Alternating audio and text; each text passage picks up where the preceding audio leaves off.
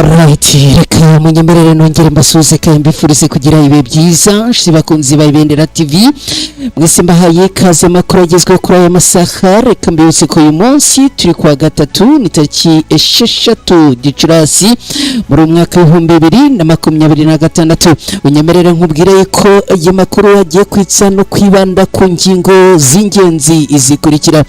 Ndaza ko kujyana mu mujyi wa Uvira muri Kivu y'Amajyepfo muri Repubulika Iharanira Demokarasi ya Kongo, nkubwire ku nkuru iturutse nziza ku barwanyi ba Alliance Fleuve Congo 23 utuvugana Koloneli wa Wazalendo maze kuraswa. Ibi turaza kubyinjiramo ku buryo burambuye. Tukiri muri uyu mujyi wa Uvira kandi turaza kugaruka ku mirwano yaramukiye hayikirirwa ibera hangaha. Ni mirwano yikomeye yongeye kwaduka. Ingabo za leta ya Congo FARDC zikaba rero abimaze kugaragara ko zasubijwe inyuma mu bice byinshi kandi bitandukanye. Turaza kubyinjiramo ku buryo burambuye. Umuhungu wa Habyarimana yamaze kugera mu gihugu cy'u Burundi, aho bivuga ko ngo agiye mu biganiro na Ndayishimiye. Ni Perezida Evariste Ndayishimiye w'iki gihugu cy'u Burundi ngo ni mu mugambi wo kugaba ibitero ku Rwanda. Abarwanyi ba ADF bategetse abaturage gutanga imisoro ku gato y'Imambasa. Ubuyobozi burashyirwa mu majwi yo kwicara bagashyira amaboko mu mifuka mu gihe ibi ikorwa birimbanyije. Bakunzi ba Ibendera TV muraza kunyemerera kandi tuze no kugaruka kuri inkuru ivuga yuko Denis Sassou Nguesso ni Perezida yamaze gushimangira ko atazafata uruhande hagati y'u Rwanda na Repubulika Iharanira Demokarasi ya Kongo. Ni Perezida wa Congo Brazzaville. Hanyuma turaza kunyarukira mu gihugu cy'Ubugande, nkubwire ko umugande wa n'abanyanigeria babiri bafatanwe ibikoresho bya gisirikare ni mu mikwabo ikomeye cyane ikomeje kubera hangaha mu gihugu cy'Ubugande. Amakuru amaze kujya hagaragara n'amakuru yo guhagarika intambara ya Irani burundu, akaba rero amaze gutuma ibiciro bya petroli bihanantuka. Turaza kubyinjiramo ku buryo burambuye. Bakunzi ba Ibendera TV rero muri aya makuru muraza kunyemerera tuze gukubita tubangura. Birumvikana aya masaha abantu benshi muri mu bitotsi, abandi mu mwana sinzire, ariko ntago byagufata umwanya munini uramutse tutije akanya gatoya ubundi tukinjira muri aya makuru hamwe namwe ku buryo burambuye. N'amakuru rero munyemerere ibintu tubigenze gutya mu kanya ngaruke tuyinjiramo ku buryo burambuye. Ngene twamukaza mwese mbaye ikaze hano ku Ibendera TV. Kimwe mu bintu byibasiye isi muri iki gihe harimo urubyiruko rwabatswe n'ibiyobyabwenge, indwara zidakira zibasiye abantu ndetse n'amakimbirane yo mu miryango. Hari uwaje nk'igisubizo kuri ibyo byose byavuzwe haruguru. Ninde? Akora iki? Akorera he? Yitwa Muganga Nzito, akorera mu karere ka Nyamasheke, ariko aho waba uherereye hose ku isi akugezaho imiti. Icyo ugomba gukora ni ukumuhamagara mukivuganira. Niba uri muri diaspora wigira ikibazo, wowe muhamagare gusa muvugane, aguhe inama z'ubuzima kandi aguhe n'imiti. Muravugana ku buryo umuti uri bukugereho ukavurwa kandi ugakira. Ni muganga gakondo w'inzobere mu kuvura akoresheje ibimera. Afite umuti aguha wari warabatswe n'itabi ugahita burundu kandi urabizi ko itabi ishobora kukwica. Hatanga umuti ku bakobwa babuze imihango n'abajya mu mihango ntikame.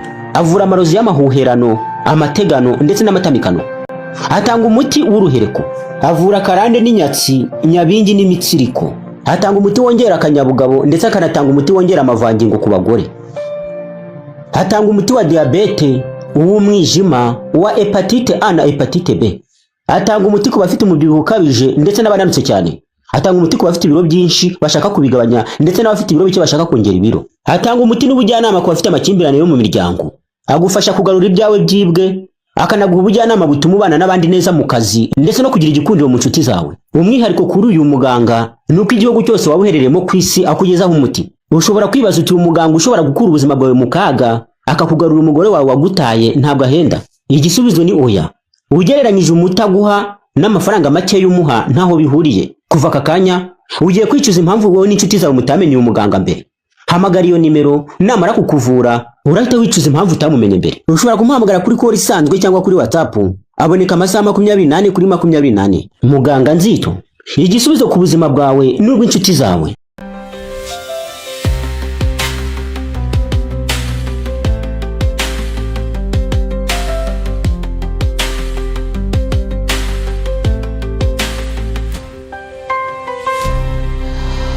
Yes, none nongeye kubaha ikaze inshuti bakunzi bacu, mbahaye ikaze amakuru hano ku Ibendera TV yo kuri aya masaha kuri uyu munsi. Turaza gukubita tubangura, ariko mbere yo kwinjiramo ku buryo burambuye nyemera nongere nkwibutse niba wamaze kugera hano nkorere like, uraza kuba ugize neza. Niba ari bwo bwa mbere ugeze hano ku Ibendera TV nkorere subscribe, uraza kuba ukoze cyane.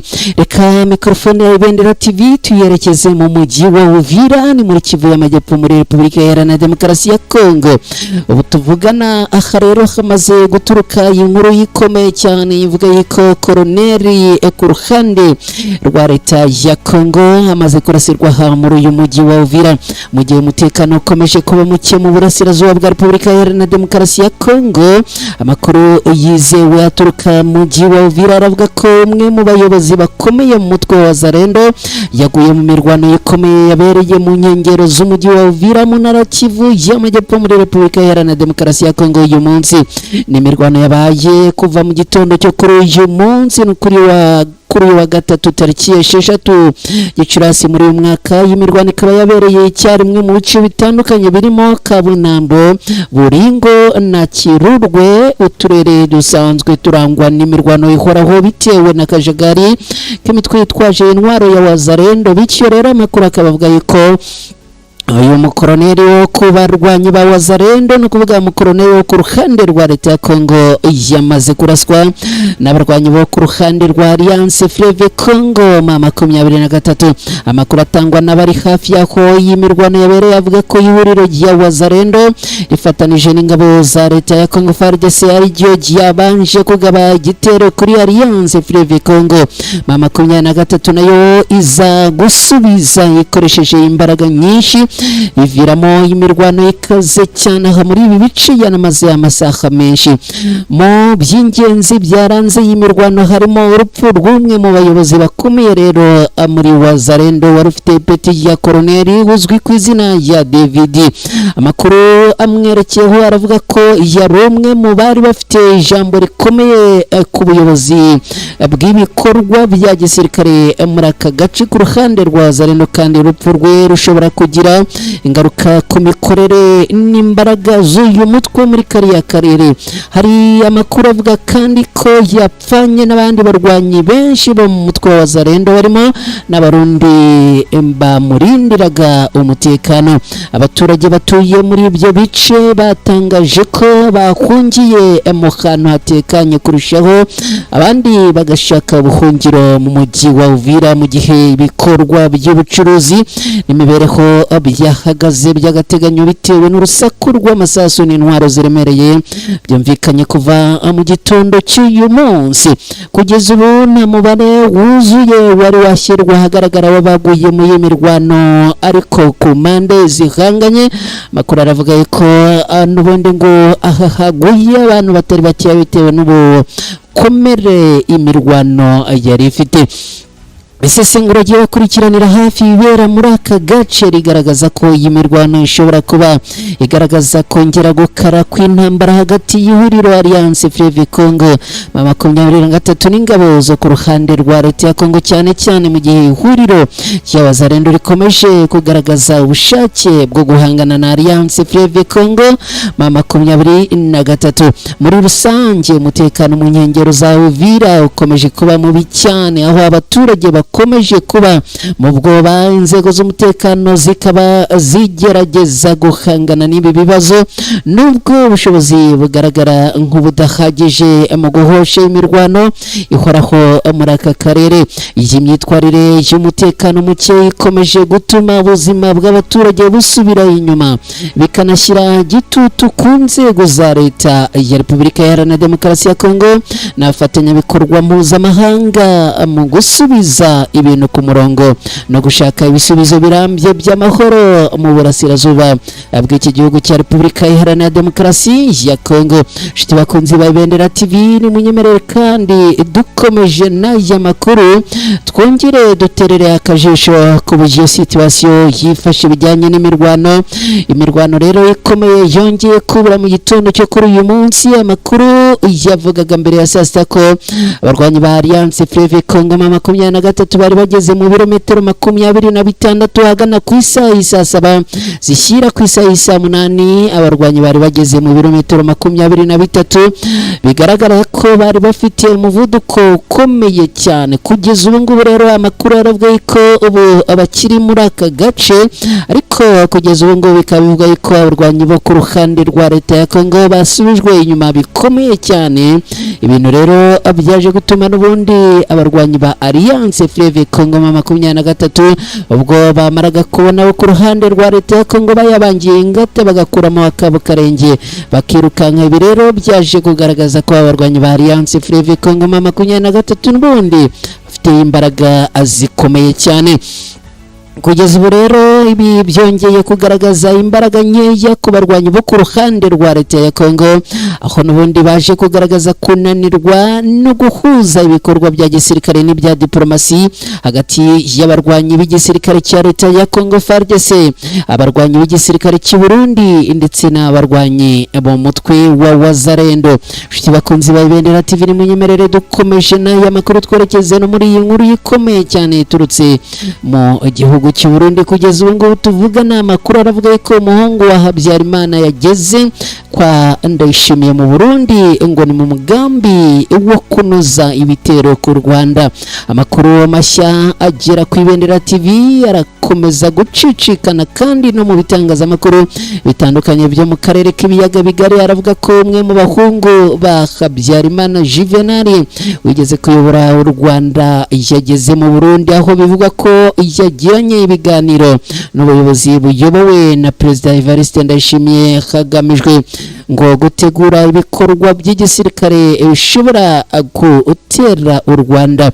Nkuko byatangajwe mu makuru atandukanye hirya no hino, amakuru aragaragaza ko uyu muhungu wa Habyarimana witwa Habyarimana Jarike ngo ari mu bikorwa bifatwa nk'iby'imirwano, aho n'ubundi ngo yaje muri iki gihugu cy'u Burundi, aho ko ngo ari mu mugambi wo gutegura ibitero simusiga ku Rwanda.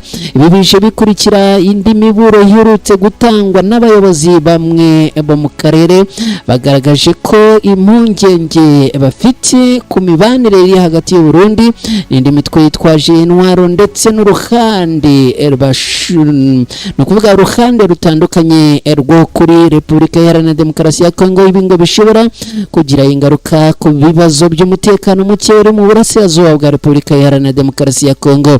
Abasesenguzi mu bya politike mpuzamahanga baravuga ko uyu muhungu wa Habyarimana wamaze kugera mu Burundi, ibi ngo bisa naho hari igikorwa cy'ubugambanyi hagati y'u Burundi buri kugambanira u Rwanda.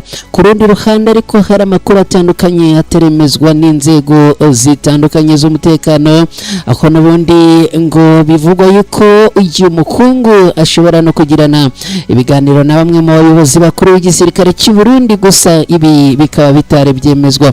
Mu gihe ibintu bikomeje kugenda bivugwaho byinshi rero, impungenge ziragaragara ko ari nyinshi, ndetse kandi hakaba hakomeje kuzamurwa ubushishozi n'isesengura ryimbitse kuri aya makuru kugira ngo n'ubundi bintu bikomeze kugenda bisobanuka. Kugeza ubu tuvugana rero ibintu bikaba byongeye gufata intera yo ku rwego rwo hejuru, cyane cyane mu bakurikiranira hafi iby'aya makuru mpuzamahanga ajyanye na politiki na diplomasi hagati y'iki gihugu cy'u Burundi ndetse n'u Rwanda. Shiti bakunzi ba Ibendera TV dukomeje n'aya makuru, ni munyemerere tugaruke no kuri inkuru ikomeye ituruka mu barwanyi ba ADF Imambasa. Kugeza ubu abarwanyi ba ADF baravuga ko ngo bamaze gutanga itegeko rikomeye ku baturage igihe utanga imisoro ku gahato mu gace ka Mambasa. Igitero cyagabwe n'inyeshyamba za Alliance Democratique Force cyongeye gutera ubwoba bukomeye mu gace ka Babira Bakwanza, ni muri teritwari ya Mambasa mu ntara Ituri, aho abaturage bakatiwe gutanga amafaranga yiswe imisoro ku gahato kandi ngo abatatanze bagahura n'ibibazo bikomeye cyane. Nkuko amakuru aturuka ngaha bivuga turutse mu baturage, aravuga yuko ngo kuri uyu ni ku munsi w'ejo kuwa kabiri tariki 5 Gicurasi muri uyu mwaka abarwanyi barenga 80 bitwaje intwaro binjiye ku manywa y'ihangu mu mudugudu wa Eta Credit mu gihe abaturage bari bavuye mu mirimo y'ubuhinzi basubira mu ngo zabo. Aba barwanyi ngo bahise bagota uyu mudugudu wose bakusanya abaturage ku gahato babagezaho ubutumwa bubasaba gutangira gutanga amafaranga buri kwezi agera ku 30,000 by'amafaranga y'amakongomani ndetse n'andi mafaranga y'umwaka. Bavuze ko utazabyubahiriza bazagaruka bakamufatira ibihano bikomeye birimo ngo no kwicwa. Abaturage bavuga ko aba barwanyi bamaze amasaha agera kuri 3 muri uwo mudugudu kuva ku munsi w'ejo isaa 9 z'amanywa kugeza saa 12 z'umugoroba ngo nta gisirikare na kimwe kigeze kiza ko batabara, nubwo ngo hari hatanzwe impuruza ku mpande zitandukanye zitabaza. Mu gihe bamaraga ayo masaha ngaho aba barwanyi banasahuye amatungo n'ibindi bintu by'agaciro birimo ihene, inkoko n'ibikoresho bitandukanye by'abaturage imbere yo kuva muri ako gace.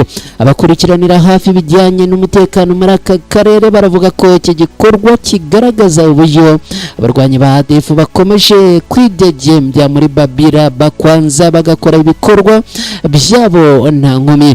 Ramzi Mariki Dogo, umwe mu bakurikiranira hafi bijyanye n'umutekano muri aka gace, yagaragaje impungenge zikomeye kuri ibikorwa, avuga ko umwanzi ari kwidegembya muri aka gace akagira aho akusanya abaturage ku manywa y'ihangu akabategeka gutanga imisoro nta gisirikare kihageze ngo kibatabare. Yakomeje anenga kuba nubwo abaturage bakomeje gutanga amakuru ku gihe ngo nta ngamba zifatwa nabo ku ruhande rwa leta ya Kongo, ibintu bituma abaturage bumva baratereranywe n'ubuyobozi bwabo. Kuri ubu abaturage bo muri Babira Bakwanza bakomeje kubaho mu bwoba bukomeye, barasaba inzego zibishinzwe kongera imbaraga mu mutekano kugira ngo hirindwe ibindi bitero nk'ibi no kurinda ubuzima bw'abasivile. Kugeza ubu ibintu bikaba byongeye gufata intera muri aka gace. Ibi bibaye mu gihe mu cyumweru gishize ubuyobozi bw'intara y'Ituri bwari bwatangaje ko hari amakuru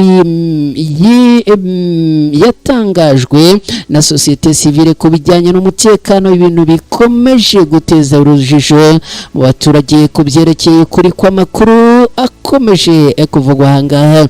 Nshuti bakunzi ba Ibendera TV, nyemerera nongere nkwibutse niba bamaze kugera hano nkundire nkorere like, uraza kuba ugeze neza.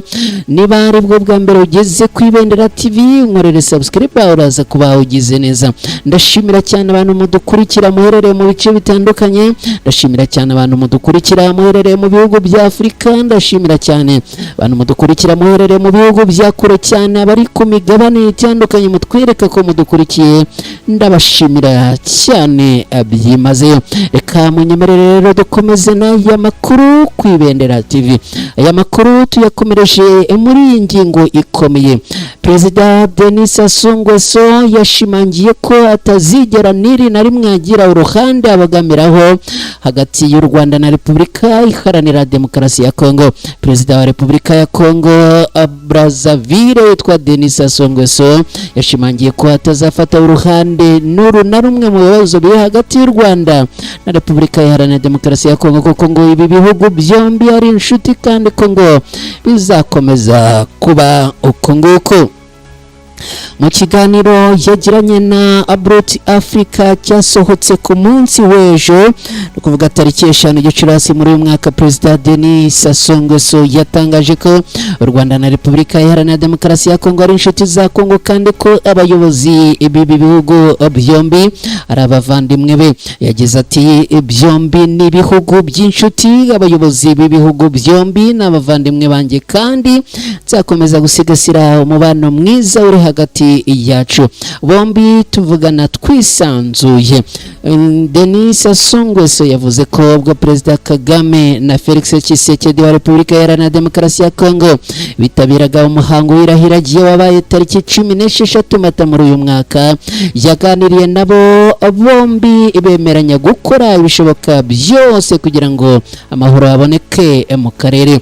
Agira ati wabonye ko natumiye Perezida Tshisekedi na Perezida Kagame mu irahiragiye yanjye, bombi baraje navuganye nabo kandi tuzakora ibishoboka byose kugira ngo tugarure amahoro kubera ko dukeneye amahoro n'umutekano muri aka karere ka Afurika yo hagati. Umubano w'u Rwanda na Repubulika Iharanira Demokarasi ya Kongo wazambye mu mpera z'umwaka w'ibihumbi 2022 biturutse ku rugamba rwatangijwe n'umutwe witwaje intwaro w'abarwanyi ba Alliance Fleuve Congo. 23 ugenzura ibice byinshi byo mu ntara Kivu y'Amajyaruguru n'iy'Amajyepfo. Ibi bihugu byombi bikomeje ibiganiro bigamije gukemura amakimbirane bifitanye babifashijwemo na Leta Zunze Ubumwe za Amerika muri Kamena mu mwaka ushize w'ibihumbi 2025. Ibi bihugu byombi byagiranye amasezerano y'amahoro mu kuboza abyongeraho ay'ubufatanye mu rwego rw'ubukungu. Ibiganiro bihuriza abahagarariye u Rwanda na Repubulika Iharanira Demokarasi ya Kongo i Washington muri Leta Zunze Ubumwe za Amerika bishyigikiwe n'umuryango wa Afurika yunze ubumwe African Union na Leta ya Qatar yashoboye guhuriza Perezida Kagame Doha muri Werurwe mu mwaka w'ibihumbi 2025. Muri Gashyantare mu mwaka ushize Perezida Nguesso yatangaje ko ibiganiro byonyine ari byo byakemura ikibazo kiri hagati y'u Rwanda na Repubulika Iharanira Demokarasi ya Kongo mu gihe ibihano byo byatuma gikomeza gukomera ku rwego rwo hejuru. Shiti bakunzi ba Ibendera TV ni munyemerere kandi aya makuru mikrofone ya Ibendera TV tuyerekeze mu gihugu cy'Ubugande. Kugeza ubu mu gihugu cy'Ubugande ibintu byamaze gufata isura yo ku rwego rwo hejuru. Mbere yo kwinjira muri iyi nkuru ariko nyemerera nongere mwibutse ko turi mu makuru hano ku Ibendera TV.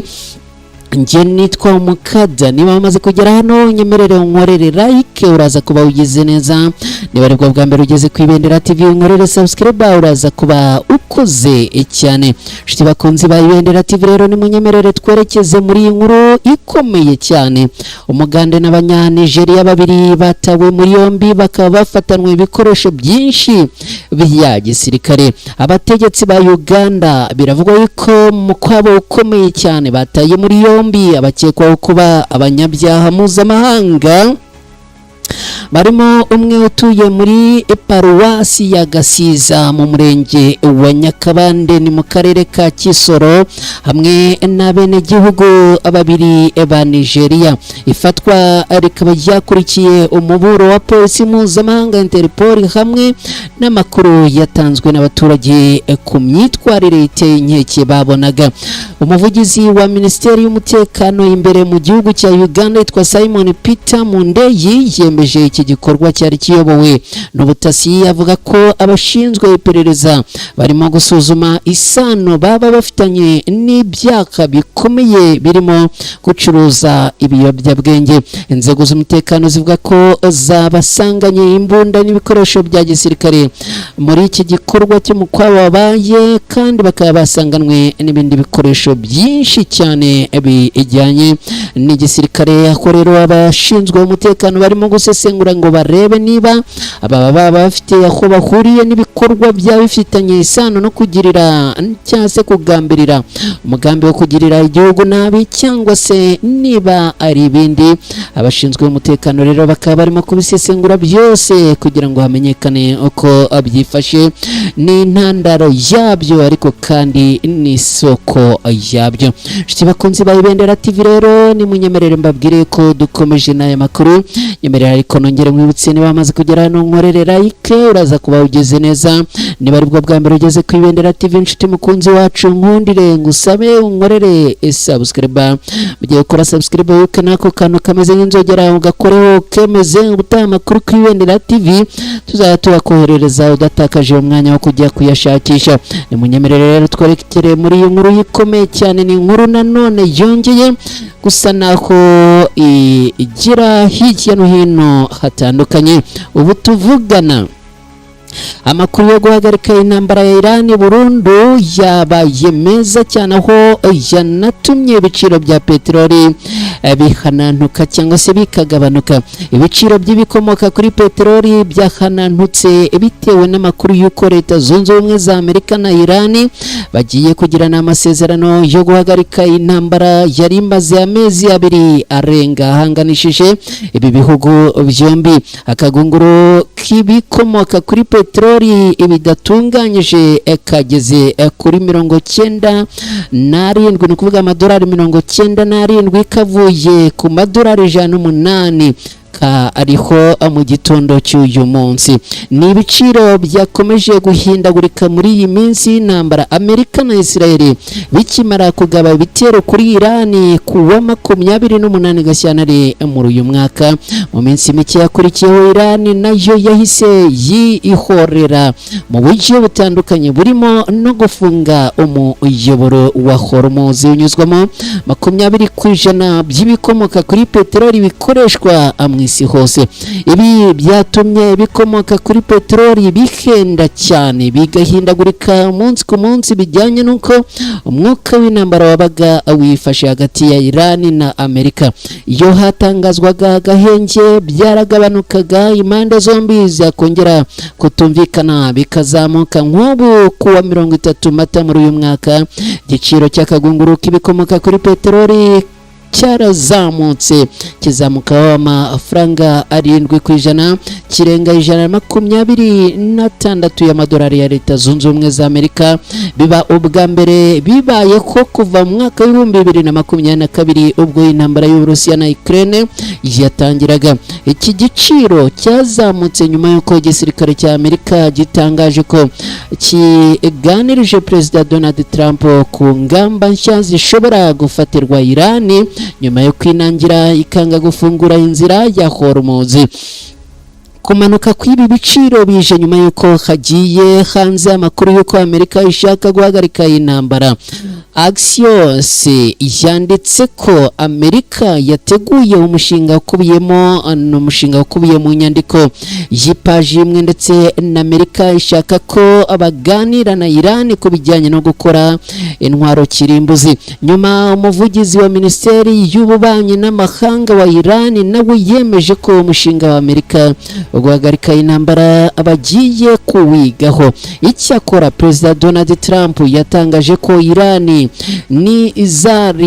nizarira Amerika izayirasaho ku buryo butuma itazongera kwegura umutwe na rimwe nubwo ibiciro byagabanutse biracyari hejuru cyane yuko byari bihagaze intambara ya Iran itaratangira ubwo akagunguru kamwe k'ibikomoka kuri peteroli kari munsi ya 70 ni ukuvuga idolari rya Amerika amasezerano byitezwe ko azashyirwaho umukono arimo kugaragaza ko intambara yahagaritswe no gutangira iminsi 30 yo kuganira ku gufungura Hormuz kugabanya gahunda y'intwaro za kirimbuzi ya Iran no kuba Amerika yakuraho ibihano yafatiye Iran Amerika yiteze igisubizo cya Iran ku ngingo zitandukanye bitarenze mu masaha 48 kugira ngo nubundi kabe kamaze gufatwa umwanzuro urambuye ngibyo rero ibintu bikaba bikomeje gufata isura yo ku rwego rwo hejuru inshuti bakunzi ba Ibendera TV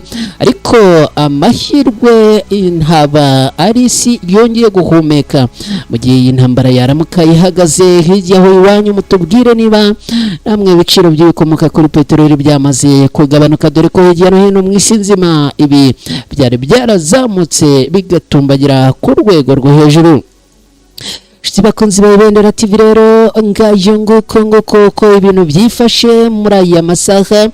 Nimunyemerere rero mbashimire cyane mwe mwabanye natwe muri aya makuru. Niba wabanye natwe ugakora like wakoze cyane.